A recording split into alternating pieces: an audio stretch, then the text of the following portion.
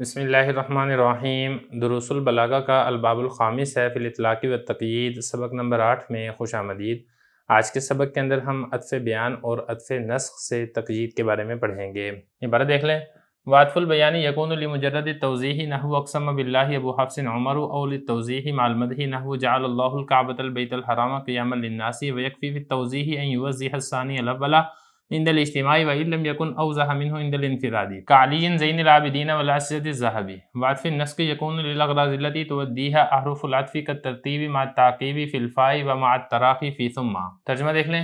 عطف بیان کبھی تو محض وضاحت کے لیے ہوتا ہے جیسا کہ اقسم باللہ ابو حفص عمر، یا وضاحت کے لیے ہوتا ہے تعریف کے ساتھ ساتھ جیسا کہ جعل اللہ الکعبۃ البیت الحرام قیاما للناس، اور وضاحت میں اتنا کافی ہے کہ دوسرا پہلے کو واضح کر دے جمع ہونے کے وقت، اور اگرچہ وہ اکیلے ہونے کی صورت میں اس سے زیادہ واضح نہ ہو، جیسا کہ علی زین العابدین، اور اسی طریقے سے اسجد الذہب۔ اور عطف نسخ ان اغراض کے لیے ہوتا ہے جن کو ادا کرتے ہیں حرف عطف، جیسا کہ ترتیب تعقیب کے ساتھ فا میں اور تراخی کے ساتھ ثم میں۔ عبارت ہو چکی ہے، ترجمہ ہو چکا ہے، اب چلتے ہیں اس کی تشریح کی طرف۔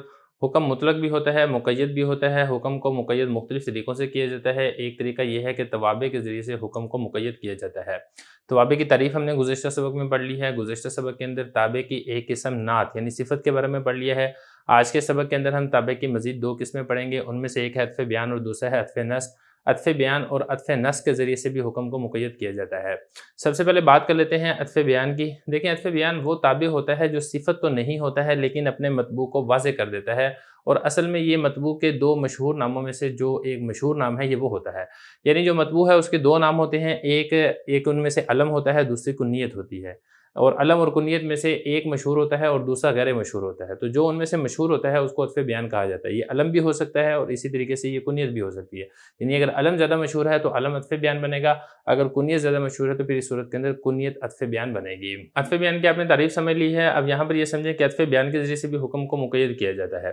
اب یہ جو عطف بیان کے ذریعے سے حکم کو مقید کیا جاتا ہے، ان کی کیا اغراض اور مقاصد ہیں اس کو ذکر کیا جا رہا ہے۔ پہلا غرض اور مقصد یہ ہے کہ صرف توضیح یعنی صرف اور صرف وضاحت کرنا مقصود ہوتا ہے۔ عطف بیان کے ذریعے سے آج اگر آپ حکم کو مقید کرتے ہیں تو مطلب یہ ہوتا ہے کہ جو مطبوع ہے وہ واضح ہو جائے۔ تو عطف بیان سے مطبوع کی وضاحت یہ مقصود ہوتی ہے۔ اس کی مثال لے کر رہے ہیں، جیسے اقسم باللہ ابو حفص عمر، ابو حفص نے قسم اٹھائی اللہ کی، تو اب یہ جو عمر لے کر آئے ہیں یہ عطف بیان ہے جو کہ ابو حفص کی محض وضاحت کر رہا ہے کہ ابو حفص سے مراد کون ہے۔ اس سے مراد حضرت عمر رضی اللہ عنہ ہیں جو کہ خلیفہ راشد ہیں۔ کیونکہ دیکھیں جو ابو حفص ہے یہ حضرت عمر رضی اللہ عنہ کی کنیت ہے، اور حضرت عمر رضی اللہ عنہ کا ایک نام ہے عمر، لیکن یہ جو کنیت ہے یہ مشہور نہیں ہے، یہ غیر مشہور ہے۔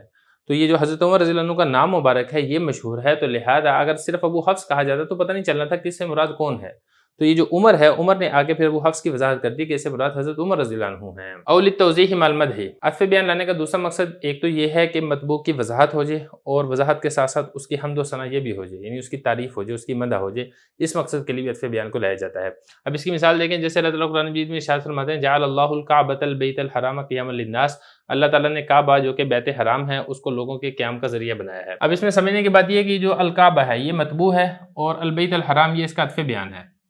اب اس میں دونوں مقصد پورے ہو رہے ہیں۔ ایک مقصد تو یہ ہے کہ کعبہ کی وضاحت ہو رہی ہے کہ کعبہ سے مراد کیا ہے، وہ ایک حرمت والا ایک گھر ہے، اور ساتھ ساتھ البیت الحرام کہنے سے اس بات کی طرف بھی اشارہ ہے کہ اللہ تعالیٰ نے اس کو ایک احترام والا حرمت والا گھر بنایا ہے۔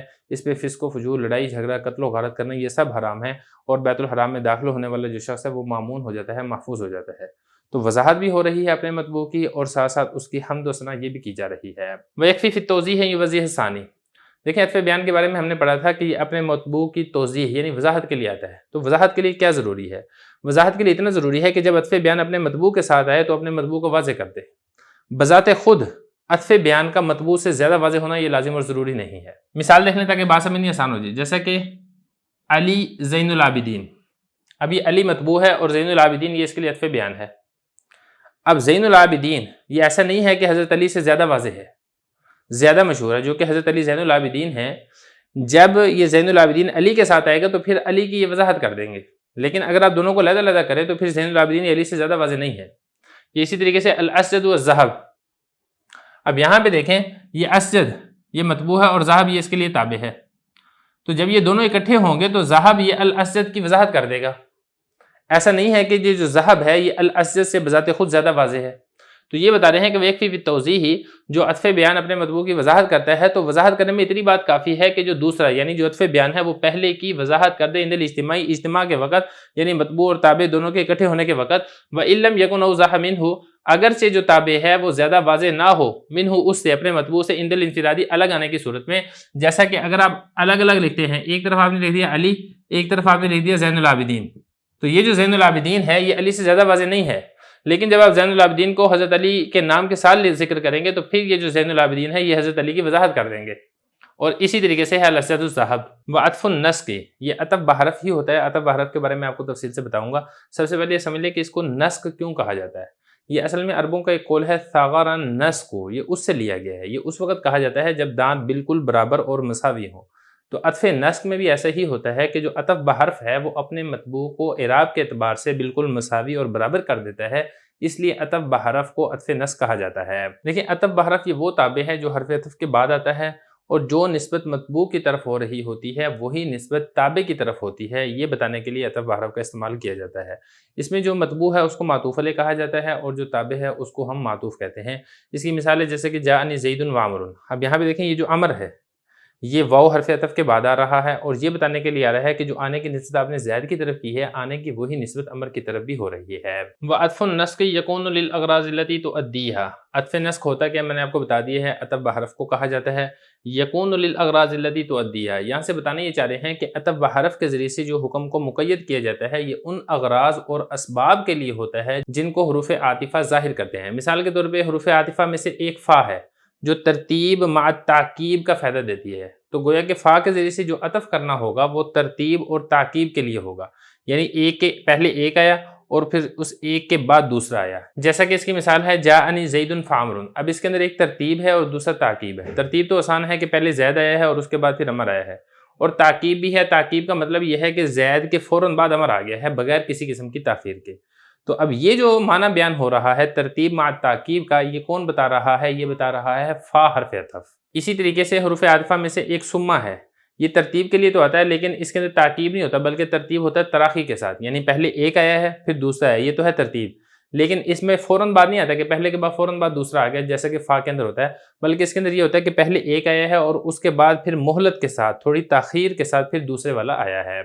دیکھیں یہ بتا رہے ہیں کہ عطف نسق یکون للاغراض التی، یہ ان اغراض کے لیے آتے ہیں التی تؤدیہا، جن اغراض کو ادا کرتے ہیں احرف العطف حرف عطف۔